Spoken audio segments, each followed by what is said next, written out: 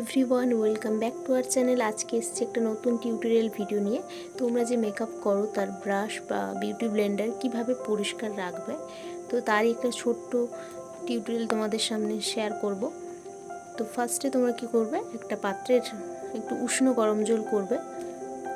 হালকা করলেই চলবে, বেশি করলে আবার অতিরিক্ত গরম হয়ে যাবে। তারপর তোমরা যে কোনো শ্যাম্পু দিতে পারো, জনসন্স বেবি শ্যাম্পু দিলে তো আরও ভালোই হয়।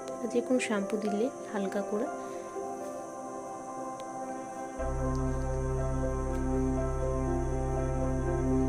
দেখো, আমরা অনেকদিন ইউজ করতে করতে ব্রাশগুলো এমনিতেই কেমন খড়খড়ে হয়ে যায়। ব্লেন্ডারগুলোর অবস্থা দেখেছো, একদম ড্রাই হয়ে কেমন নরম যে জিনিসটা থাকে সেটা পরপর শক্তও হয়ে যায়।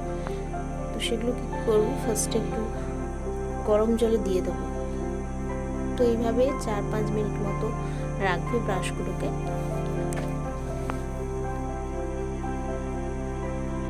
তারপরে এগুলোকে কী করতে হবে, একটু রাফ করে নিতে হবে। ক্লিনিং গ্লাভস পাওয়া যায় দেখবে অনলাইনে যে কোনো জায়গায়, তো সেগুলোও তোমরা এগুলোকে একটু সার্কুলার মোশনে ঘুরিয়ে নেবে হালকা করে। আর যাদের থাকবে না তো বাড়িতে ওটা হাতের ওপরও ট্রাই করতে পারো।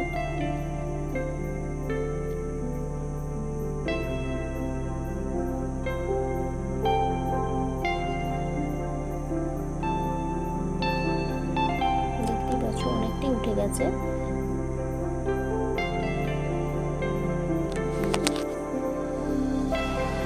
একে একে এরকমভাবে সবগুলো পরিষ্কার করে নেবো।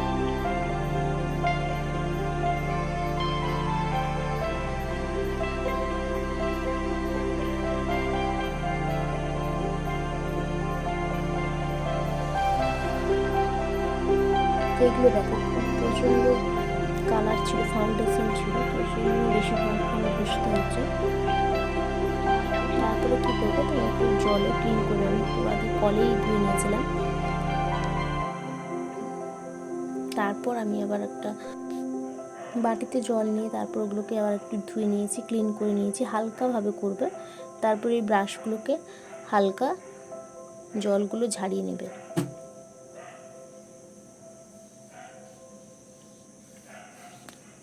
বিউটি ব্লেন্ডারও সেমভাবে ভালো করে ধুয়ে তার ভেতরে যত ফাউন্ডেশন বলো, পাউডার বলো, যা কিছু ছিল সেগুলোকে নিকড়ে বের করে ফেলবে। তারপরে হালকা রোদে শুকোতে দিয়ে দেবে এগুলো।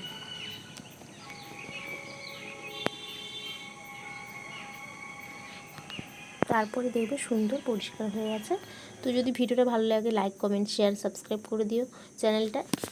Tata, by.